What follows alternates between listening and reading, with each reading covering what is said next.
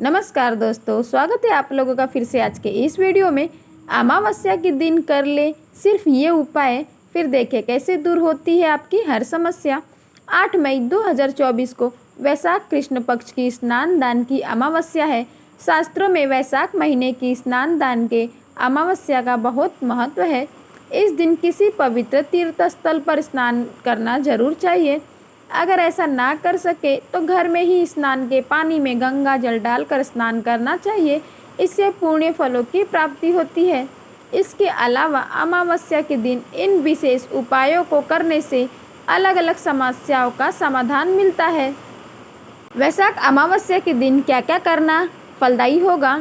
अगर आप अपने मन में नई उमंग, नई तरंग देखना चाहते हैं और जीवन में खुशहाली भरना चाहते हैं तो अमावस्या के दिन स्नान आदि के बाद साफ कपड़े पहनकर बाहर खुली हवा में बैठकर आपको गायत्री मंत्र का जाप करना चाहिए।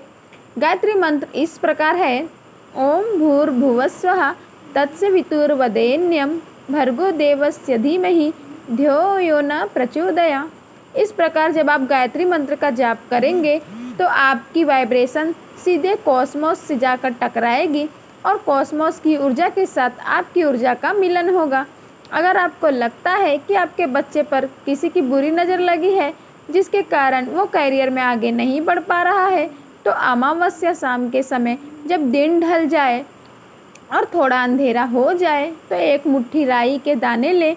अब उन राई के दानों को अपने बच्चे के सिर पर 7 बार घुमाइए। 6 बार क्लॉकवाइज घुमाना है और 1 बार एंटी क्लॉकवाइज घुमाना है। इस प्रकार बच्चे के सिर से राई के दाने वरने के बाद किसी चौराहे पर जाकर चारों दिशाओं में थोड़े थोड़े राई के दाने फेंक दें। अगर आप अपने जीवन में पॉजिटिविटी बनाए रखना चाहते हैं या अपने आसपास के खुशियों का संचार करना चाहते हैं तो अमावस्या के दिन स्नान आदि के बाद एक लोटे में साफ जल लेकर उसमें कुछ दाने चावल के डालें और किसी लाल फूल वाले पौधे में वो जल डाल दें और हाथ जोड़कर अपने जीवन में सकारात्मक बनाए रखने के लिए भगवान से प्रार्थना करें। अगर आपके विवाहित जीवन में किसी प्रकार की परेशानी चल रही है तो उस परेशानी से छुटकारा पाने के लिए अमावस्या के दिन आपको स्नान आदि के बाद सबसे पहले शिवलिंग पर जल अभिषेक करना चाहिए। उसके बाद विधि पूर्वक धूप दीप आदि से शिवलिंग की पूजा करनी चाहिए।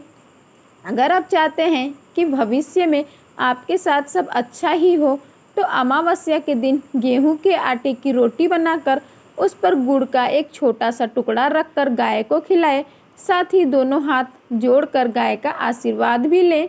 अगर आप अपने घर की सुख समृद्धि बनाए रखना चाहते हैं तो अमावस्या के दिन किसी धोबिन को हाथ जोड़कर नमस्कार करें और उन्हें कोई भी एक वस्त्र गिफ्ट में ज़रूर दें।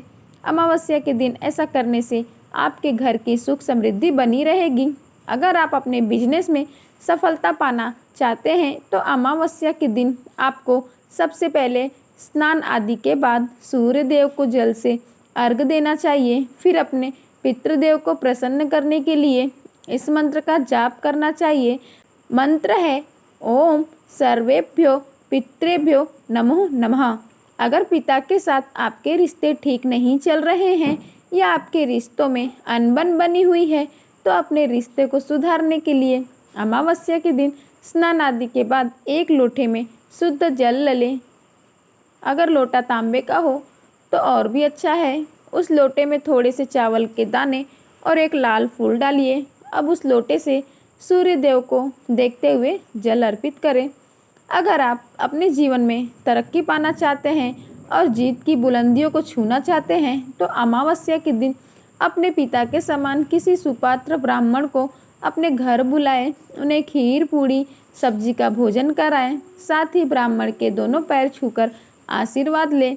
इसके अलावा एक बात और, जब आप ब्राह्मण को भोजन करा दें तो उनकी थाली में बची जूठन को उठाकर अलग से 2 पूड़ियों पर रखकर कुत्ते को ज़रूर खिलाएं।